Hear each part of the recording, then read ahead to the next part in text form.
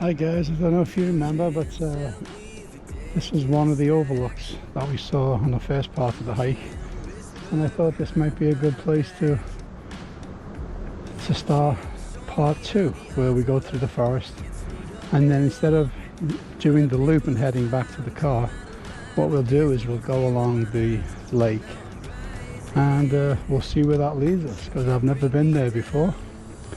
So let's sit back and enjoy.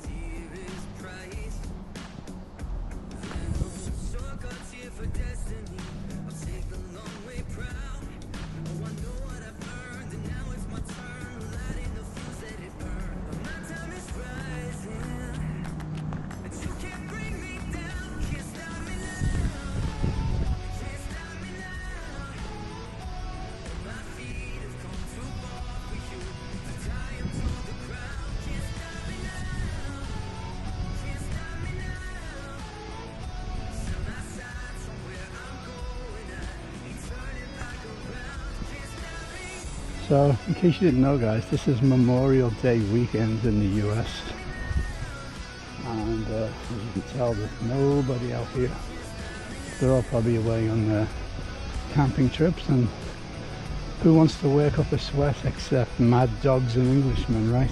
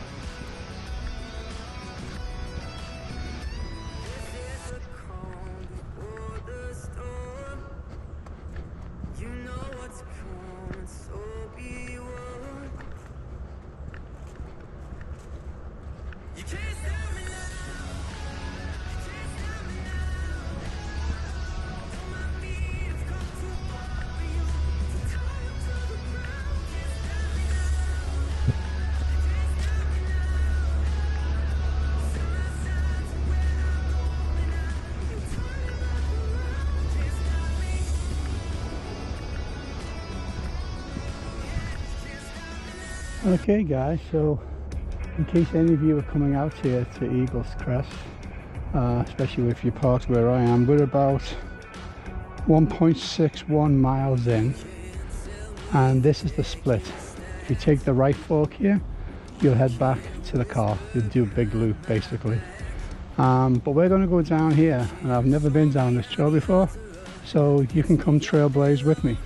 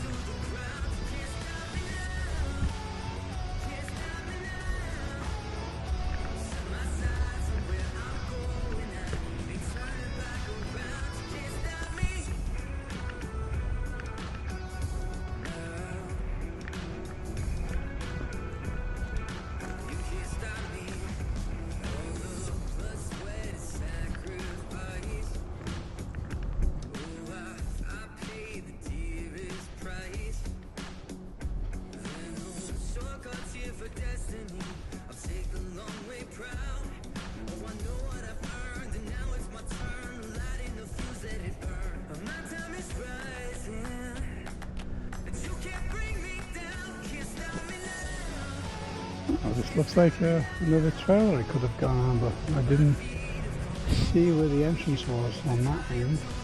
So this is the trail I was told about that goes along the lake. So as you can see by looking at the floor, it's all tarmac. So it's definitely a trail that's been here for a long time to allow people to walk around the lake. So let's see where this thing goes.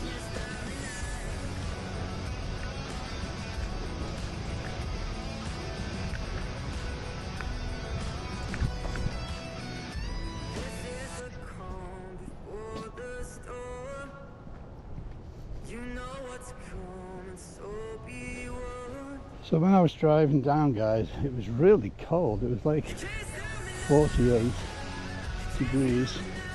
But when you got in the shade in the car park, it was even cooler. But, you know, now that I've been hiking a couple of miles, I'm pretty warmed up. I'm not feeling the cold that much, but it is a little chilly. But when you get in the sun, it's really nice. And like I've always said to you guys, keep an eye on how far you're going, because remember, you've got to turn around and go back. So, you know, 4 miles out is an 8-mile round trip. So think about that before you go too far and exceed your own limits. Just take things easy.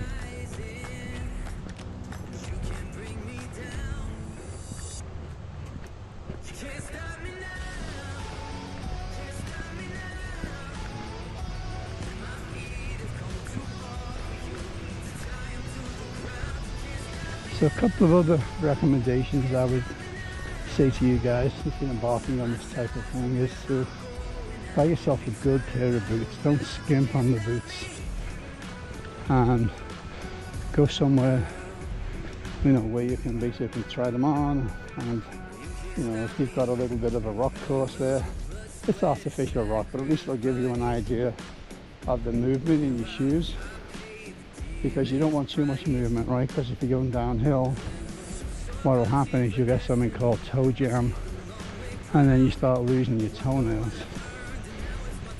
But you don't want them too tight either, because that constricts your feet and you're not going to be able to hike too long.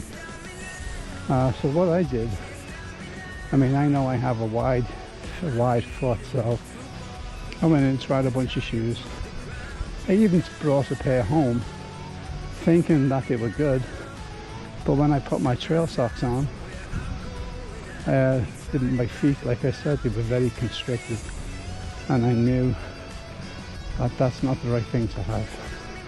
So I went back with my trail socks on, which is another good hint. If you're trying boots on, make sure to wear the socks that you're going to hike in. And I found a great pair of boots. They're called lowers, and the nice thing about lowers is they've got a wide fitting version, which is the pair I have on, and I have to say they're the best pair of boots I've had. So in the future I think I'll probably be sticking with this. The second recommendation I'll have, guys, is to get yourself a nice what they call a day pack. Okay, not a overnight pack, but a day pack if you're just doing like the hikes that I'm doing, maybe at the most 10-15 miles in one day. And make sure that the pack has got room for a bladder. And what that is basically just like a camel's hump, right? It's just a flexible bag that's filled with water and attaches to a tube that comes out of your backpack over your shoulder, and you can take sips of it like this. I don't know if you can see that, but you can just sip water as you go. And especially if it's going to be a really hot day, you know, if you're ever in doubt, just fill up your bladder all the way to the top. That takes about 2 or 3 litres of water, and that should do you for most day hikes.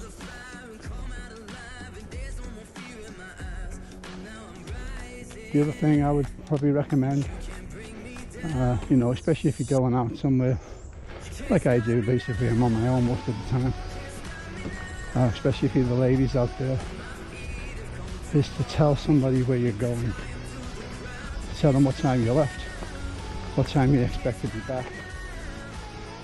Make sure you've got a charging phone with you, and that way if there's any issues you'll figure it out. People will be able to say, oh, I was expecting them back at a certain time but they're not back, so you can come out and find you. Because above all, safety is the most important thing, right? So that brings me on to another tip, is make sure that you carry what they call a hiker's first aid kit. Just basic stuff, right? Band-aids, maybe some like a liquid band-aid even. You've got things that you can put over cuts and bruises, and they'll just get you through until you get back home. I always carry a bag of Advil too. That's not an advert there, but I always carry an inflammatory with me, especially when I first started, because carrying the pack really gives you some back pain occasionally until you get used to wearing it and you have it adjusted properly. And as we go, guys, if I think of anything else, I'll let you know.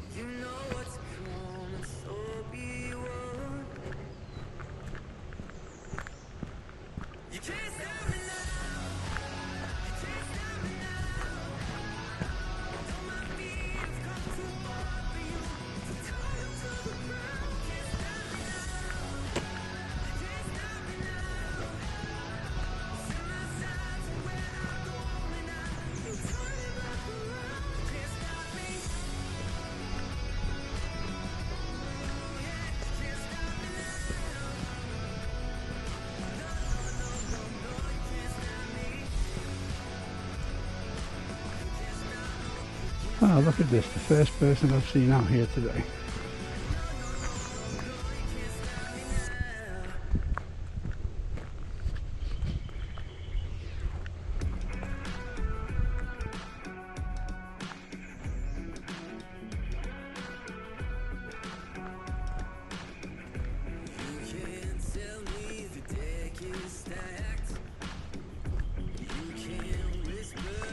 Hello. Oh my gosh, nice and cool today, isn't it?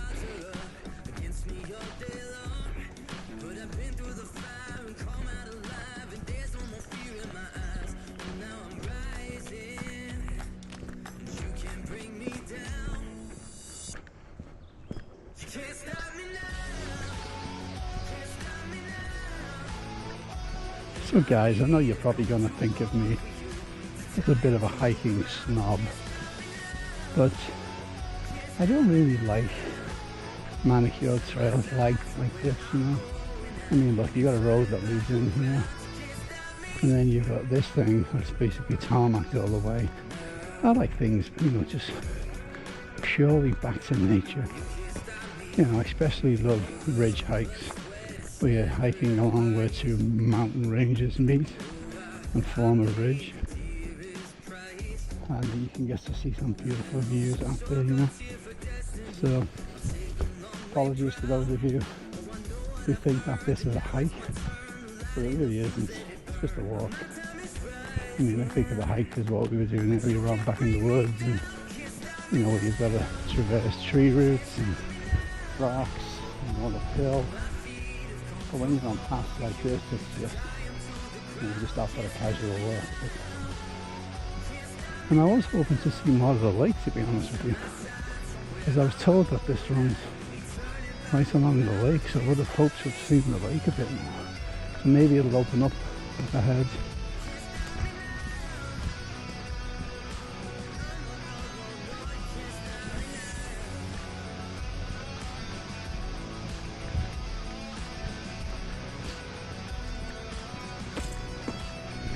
So what other things would I recommend you carrying in your pack? Always bring food, of course. So I always bring Cliff Bars, and you know, if I want a real quick sugar spike, I'll bring mandarin oranges, because the sugar gets into your bloodstream a lot quicker, gives you almost instant energy. Here we go.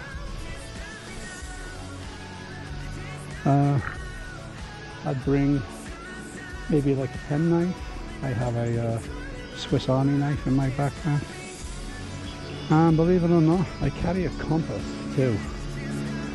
So I always have that in my backpack.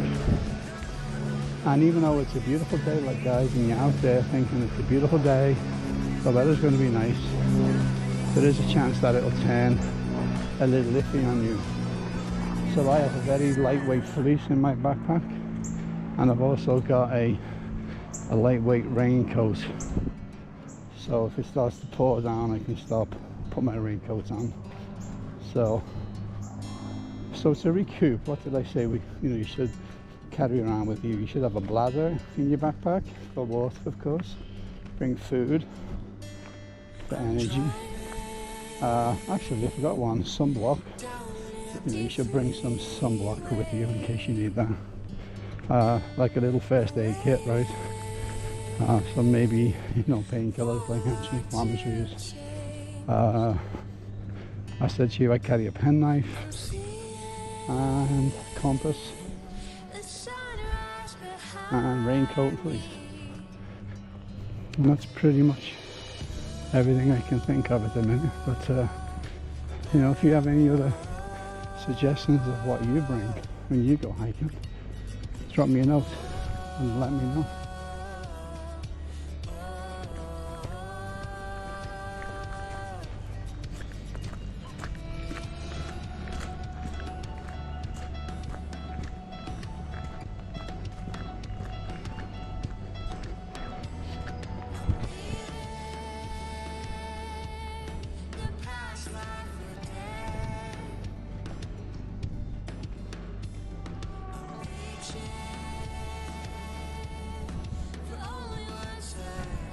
But no matter what the trail is, think about this. I'm only a couple of miles away from my home, and I'm basically in the wilderness, right? Very isolated, very quiet. You can go calm yourself down, lower your blood pressure a little bit, forget about the work, forget about things that are bugging you, and just enjoy the outdoors.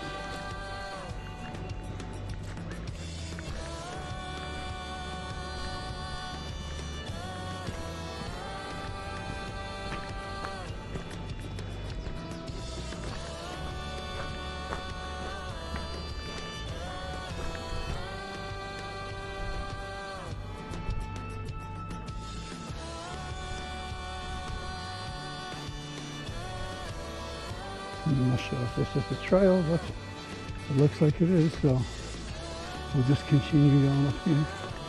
Like I said, you and me, we're trailblazing today. So let's just be brave and go where no man has ever gone before. Right, this looks like it's very well trodden, so it's not like we're the first. But we can imagine we're the first, right? Think about it, we could be anywhere in the world you want to be. All you got to do is use your imagination. You could be anywhere.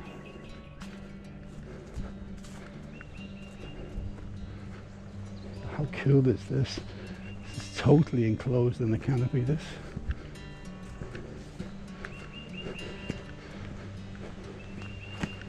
Oh, I just thought of something that I carry in my backpack as well, guys.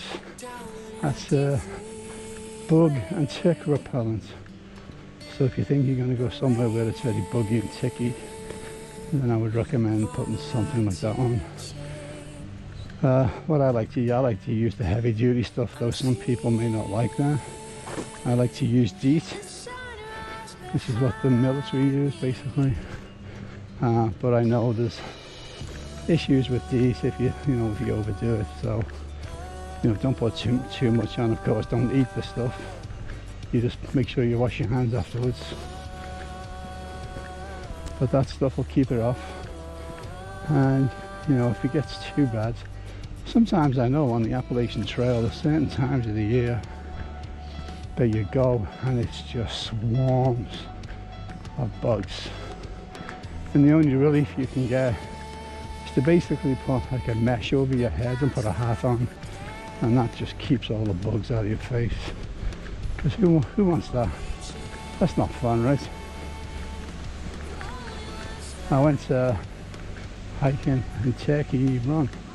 When was it? Last week. And I don't know if any of you know Turkey Run, but there's a place there where you've got to go up sets of ladders that are about maybe 20 feet high or so. And I'm waiting at the bottom of the ladders because it was mobbed. And just as I was about to climb the ladder, a bug flew into my eye. And could I get it out? Could I? Hell, it's like. So I had this thing in my eye for a few miles. It was only a small bug, but it was just annoying to know you got this thing in your eye, you can't get it out. So that's about the worst experience I've had. I did, I remember we were in an open top car in Florida, and it was probably when I first came over to the States, and we were doing a holiday there, and we were driving down, and believe it or not, there's something called like I think it's called a love bug, where these bugs, they mate in pairs, so they basically fly around like stuck to each other. And for some reason somebody told a joke, and of course I was aghast, mouth wide open, laughing, and yes, you can guess, right down my throat, swallowed a pair of these things. So that's my bug story for the day. But they're not going to harm you, right? The thing I'd be wary of is maybe, if you're out in the real wilderness and you start worrying about wasps and stuff. So then, you be careful there. Because no amount of repellent's going to help you with wasps and bees, so just be careful.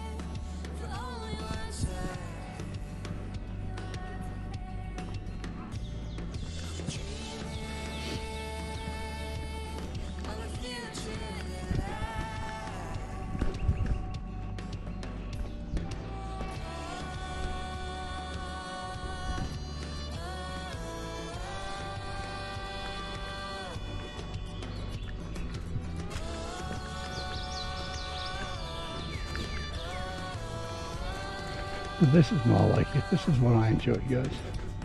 Just the total immersion. I don't like the manicured trails. You can see the trees are big knolls and big trees. This is what I'm talking about.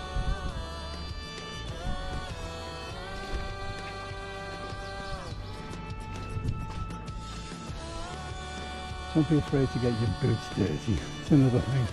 If you buy new boots, get out there and christen them. Trudge through the mud, trudge through the water. Make sure your boots are waterproof.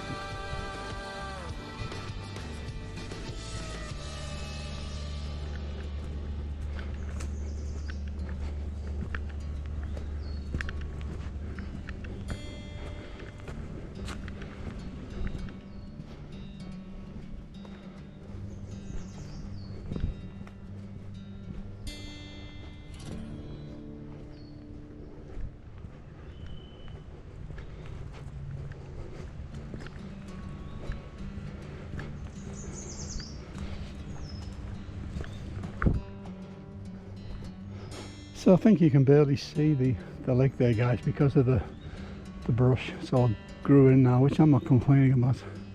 But at least I know I'm still heading along the lake. So the lake's on my left going out. And if you get confused where you are, just keep the lake on your right when you're heading back.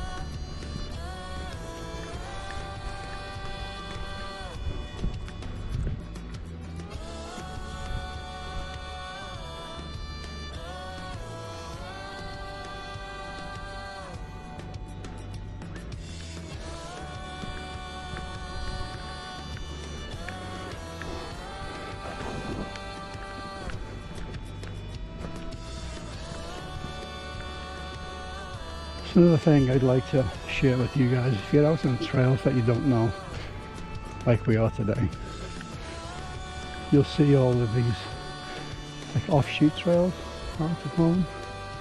So if you're ever in doubt when you're on a trail, go straight.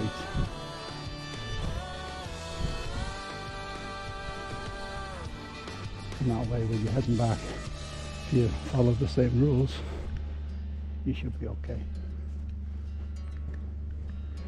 Because as you can tell, there's not very many landmarks out here, except the lake, of course. But if you're out somewhere where there's no lake,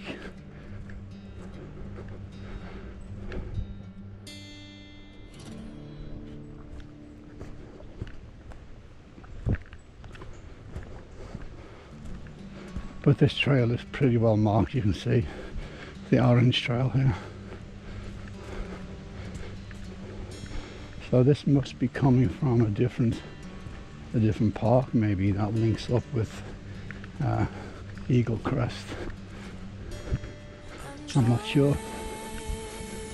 And that's part of the excitement of doing things like this, right? You go in places you've never been and you explore. Might make you a little nervous, but you know, you're okay, right? It's not like we're in the middle of nowhere here. Only a couple of miles away from the main road, I would imagine. So if you get lost, guys, try to look for landmarks if there's any. The other thing is, close your eyes and listen. Look for roads that are travelled by cars. Also, one that may not be that obvious is to follow riverbeds. Why? Well, because rivers flow downhill, right? They always end up, you know, following the path of least resistance. So if you hit a stream and you look which way it's flowing, you go downstream. And that'll eventually lead you to civilization.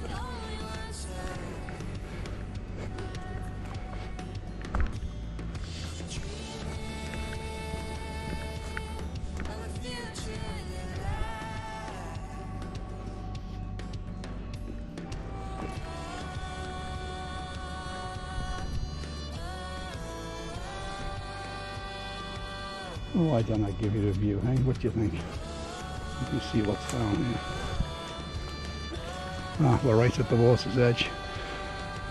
You can't go anywhere without looking at garbage, can you?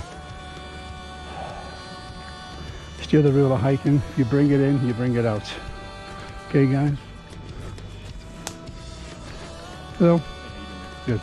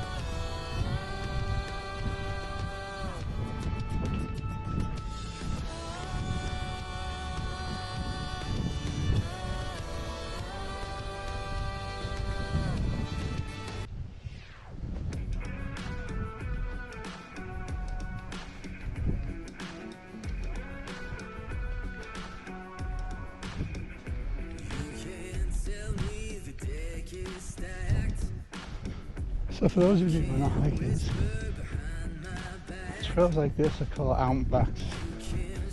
Means you go out, come back on the same trail, and then you've got loops, which are self-explanatory, right? You start off at one point, you make a big circle, and you come back to where you were. So the out and back ones are the ones that you've got to pay attention to, because if you go out too far and you really realise it, you've got to turn around and come back, right? Because you're just going further and further away from your point of origin. So keep that in mind, guys, when you're doing this. Well, like I said, I'm pretty comfortable doing up, up to around 10 miles. Depending on how regular it is, of course. Doing high altitude or something, you're trying to do 10 miles, forget about it. But places like this, you can do 10 miles without a problem. If you feel tired, you stop, like I said. If you brought food, you stop. You top up. Because above all, this is not a race. I hate going with hikers who look at it as a means of exercise and they've got to run around everywhere. Well, that's not me. That's not what I do. I'm fit enough to run up and down stairs and take a creek and climb ladders and stuff like that, but why bother? I want to enjoy the scenery. That's what I'm here for. I'm not in here to see how fast I can cover 10 miles.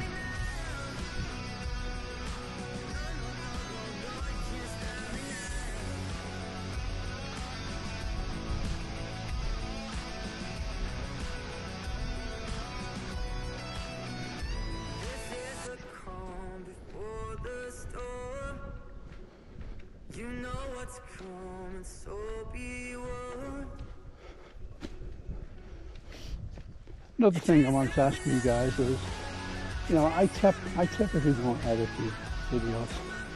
If I do something really stupid like a fall over, of course, I'll edit that out. Because I want people to see like the whole journey. Some people might think it's boring, but to me, it's when I look back on these videos, I can basically say, wow, I actually did that, I saw this, I went there, I did this. But, if you guys think that these are videos are just way too long for you to even be bothered watching, then what I can do is, instead of doing this, what I like to call it vicarious filming, right? So that you can see the whole journey and hike vicariously with me, I can just get the highlights. And just cut pieces off and shrink it down to 20 or 30 minutes film. But anyway, let me know. Send me a note in the comments. Let me know if you're even watching these things. If you are, is there anything I can do to make them more enjoyable for you? Is there anywhere that you'd like me to go and vicariously film for you? Because I'm only too happy to get off the couch and walk.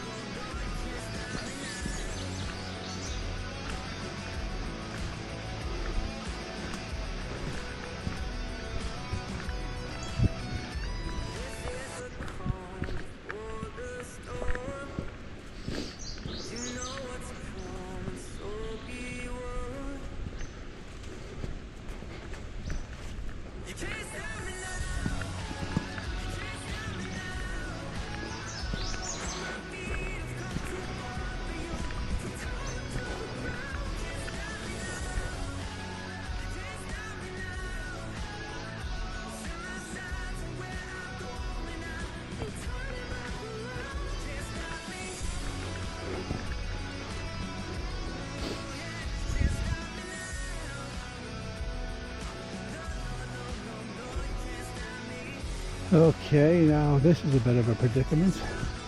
I have no clue which way to go here.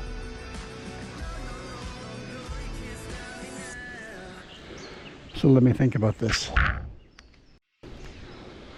Well guys, I think the lake is on my left still. So we can go up here for a little light ways and see where it goes, but I don't see those orange squares on the trees. I see them back that way. So if I don't see any orange markings here, I think I'm going to turn around, hit the orange markings, so that way when I'm heading back I know where I'm going. Well, let's see anyway.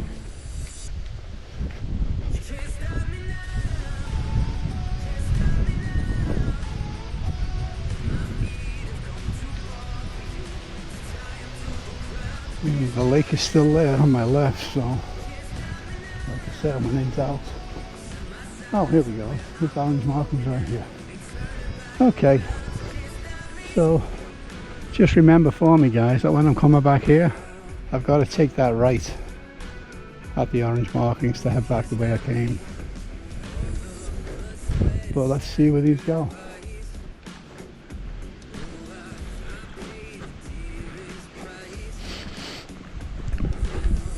There we go. Follow the path.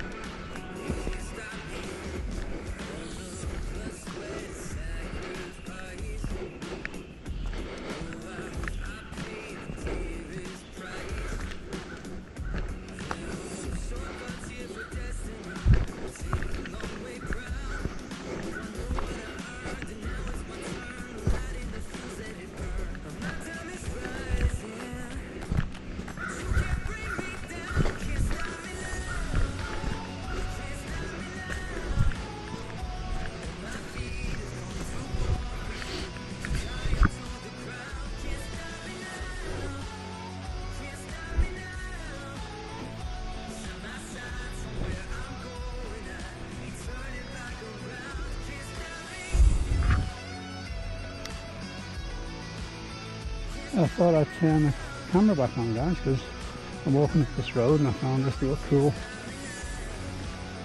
bridge here. Not sure where it goes.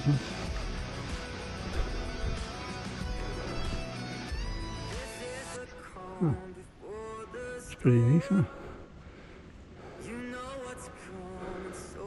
Might be more of an interesting walk than where I'm going, but as of now I don't really know where I am, so let me try and figure out where I am, and then we can do this at a later date. Well guys, I kept walking and I found this new trail that that lady was talking about, but I have no clue where I am. So I'm just going to head to the lake and see what the deal is. Because right now I'm at 4.3 miles and I've still got to turn around.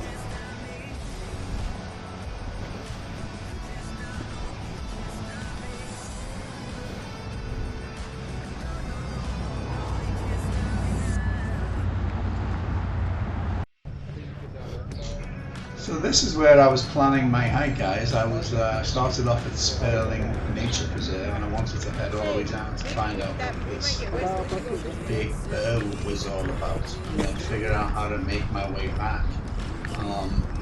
But at this point I have no idea where I'm going or how I'm going to get back to that orange trail that we came off of earlier on where the road was. So at this point I'm just winging my way along.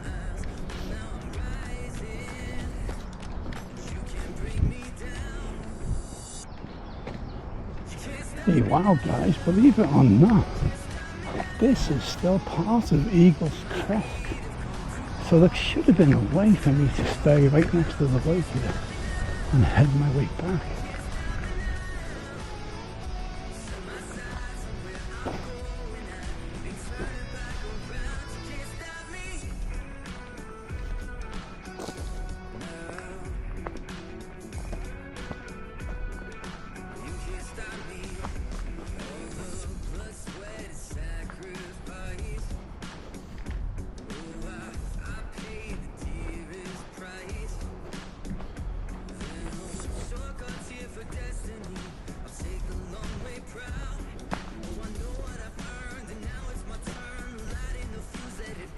Well, believe it or not, guys, we've come almost 5 miles.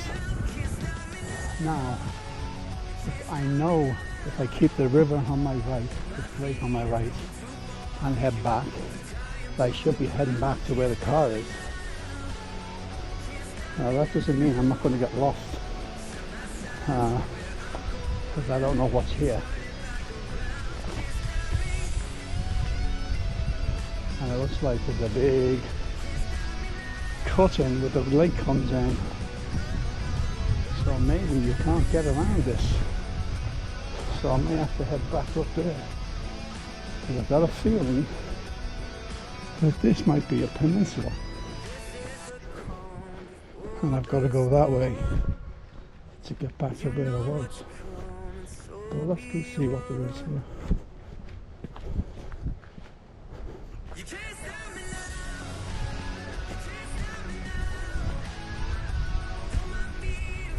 Get my bearings.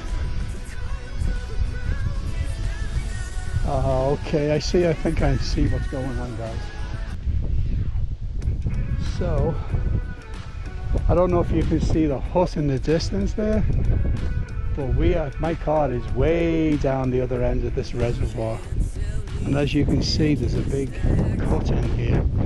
So I think the only way to get back onto that prominence over there is to basically go back around here and up that way again. So to be safe, I think I'm just going to head along and see if I can hit that road again and then get back on that orange trail. Either that or I swim across here, which is not happening. Alright guys, well, thank you for staying with me.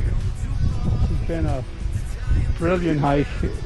It's going to be 10 miles easily to get back. So until then, stay safe, God bless, and when in doubt, get off the couch and walk.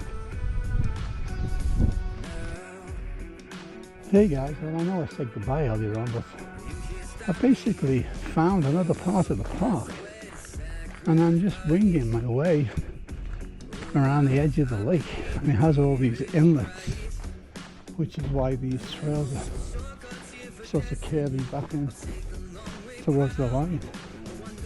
So I'm just gonna follow them and see where I end up.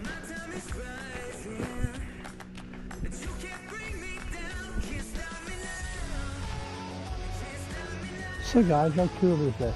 I miraculously found my way back to that little bridge that we found earlier when we went up the road. So we did the right thing.